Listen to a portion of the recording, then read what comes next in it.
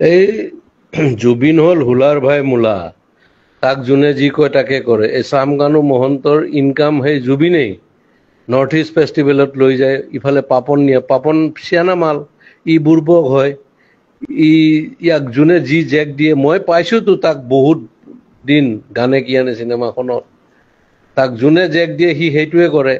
যে শ্যামকানু মহন্তই তাক লৈ যায়, ইফালে গৰিমাই তাক যাব দিল, তাৰ চিজাৰ আছে এই মিৰ্গি।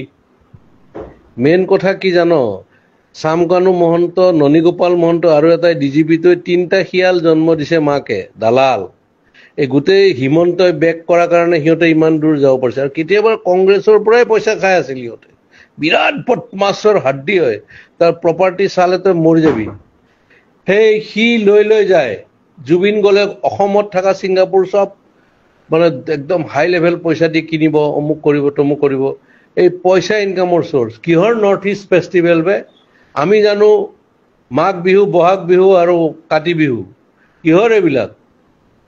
এইবিলাক ফাল্টু আমি কৰি নিছে। এতিয়া হিমন্তই দিয়কচোন তাৰ স্পষ্টীকৰণ, তাক এবাৰ ৰাইজে পালে দিব ভালকে।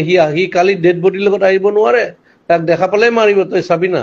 আৰু আজি কিমান ডেকা ল'ৰাবিলাক আজি চাবি, তই কালি ৰাতিপুৱা গম পাবি, বহুত চুইচাইড কৰিব, ইমান হাৰ্ট ড্ৰপ।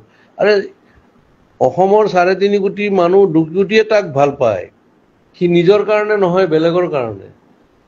আৰু সেই দালালে তাক মানে কালচাৰেল দালাল বুলি ক'ব লাগে, সিহঁতে তাক মাৰ্কেটিং কৰি পইচা ইনকাম কৰে, তাক অলপ দি এনেই মানে জমাই মেলি মাল চাল খুৱাই মেলি পঠিয়াই দিয়ে। সেইটোৱে ধান্দা। এতিয়া গৰিমাক প্ৰেছাৰ দিব ইহঁতে যে এনেকে ক'বা তুমি, তেতিয়াহি তাইতো যোৱা নাই। অৰিজিনেল কথাটো এয়া বহুত বহুত এয়া আছে, মানে তাত কি ক'ম আৰু। তাক মাৰা প্লেনো হ'ব পাৰে, কিবা হ'ব পাৰে, কি হ'ব পাৰে, চব দালালি পইচাৰ ধান্দা গেলা। অসমখন চেচ। এটা সি অনুষ্ঠান আছিলতো, তাৰ গান এই লাষ্ট চিনেমাখনৰ ভাইমন দাৰ গানটো সি কি চলিড বনাইছে এই বেমাৰী অৱস্থাত। তাৰ পটাছিয়াম কম থাকে, কিবা কম থাকে।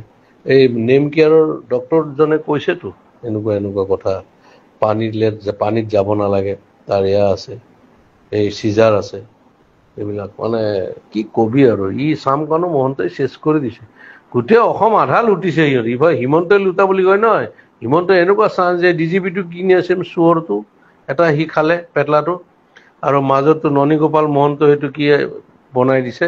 আৰু এইটো ই প্ৰথমতে জিঅ' টিউব দি পেলাই মাৰিলে কোটি কোটি টকা, সেই তেতিয়াৰ দিনতে।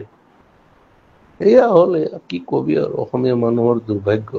আজি বহুত বেয়া লাগিছে, মানে তাৰ গান শুনিয়ে 90 দশকৰ বিলাক ল'ৰা ছোৱালী ডাঙৰ হ'ল।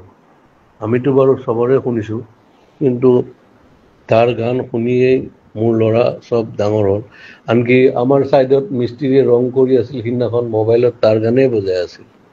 এই তেনেকুৱা কথা আৰু কি কৰিবি ক, এইটো দুৰ্ভাগ্য। সিও বেপৰুৱা মানুহ, সিও মানে এনেকুৱা, সেইকাৰণে হ'ল আৰু। এই মাইকেল জেকচন 50ত মৰিল, 52 মৰিল, কিশোৰ কুমাৰ 58ত মৰিছিল। এনেকুৱা আৰু উপায় নাই আৰু, মৃত্যুৱে যাক লৈ যায় সেইটো। বাকী চব মানে কি কবি আৰু, কৈ লাভ নাই। মুঠৰ ওপৰত এই শ্যামকানু মহন্ত বোলাটোক ৰাইজৰ মাজত এৰি দিব লাগে, কেলা কোবাই মাৰিব লাগে। তাক 3টা মহন্তক মাৰিব লাগে সিহঁতক, এই 3টাই চেচ কৰি দিছে ভিতৰেদি।